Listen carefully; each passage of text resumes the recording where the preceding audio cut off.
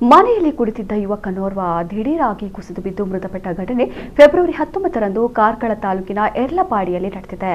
ಯರ್ಲಪಾಡಿಯ ನಿವಾಸಿ 22 ವರ್ಷದ ಸುಹೇಶ್ ಕುಮಾರ್ ಮೃತಪಟ್ಟ ಯುವಕ. ಇವರು 15 ದಿನಗಳಿಂದ ಕೆಮ್ಮಿನಿಂದ ಬಳಲುತ್ತಿದ್ದು ಔಷಧಿ ತೆಗೆದುಕೊಳ್ಳುತ್ತಿದ್ದರು. ಗುರುವಾರ ಮನೆಯಲ್ಲಿ ಕುಳಿತಿದ್ದವರು ಒಮ್ಮೆಲೆ ಕೆಳಗೆ ಬಿದ್ದು ಅಸ್ವಸ್ಥಗೊಂಡಿದ್ದರು. ಕೂಡಲೇ ಅವರನ್ನು ಚಿಕಿತ್ಸೆಗಾಗಿ ಕಾರ್ಕಳದ ಆಸ್ಪತ್ರೆಗೆ ಕರೆದೊಯ್ಯಲಾಗಿತ್ತು. ಆದರೆ ಅಲ್ಲಿ ಪರೀಕ್ಷಿಸಿದ ವೈದ್ಯರು ಅದಾಗಲೇ ಸುಹೇಶ್ ಮೃತಪಟ್ಟಿರುವುದಾಗಿ ತಿಳಿಸಿದ್ದಾರೆ.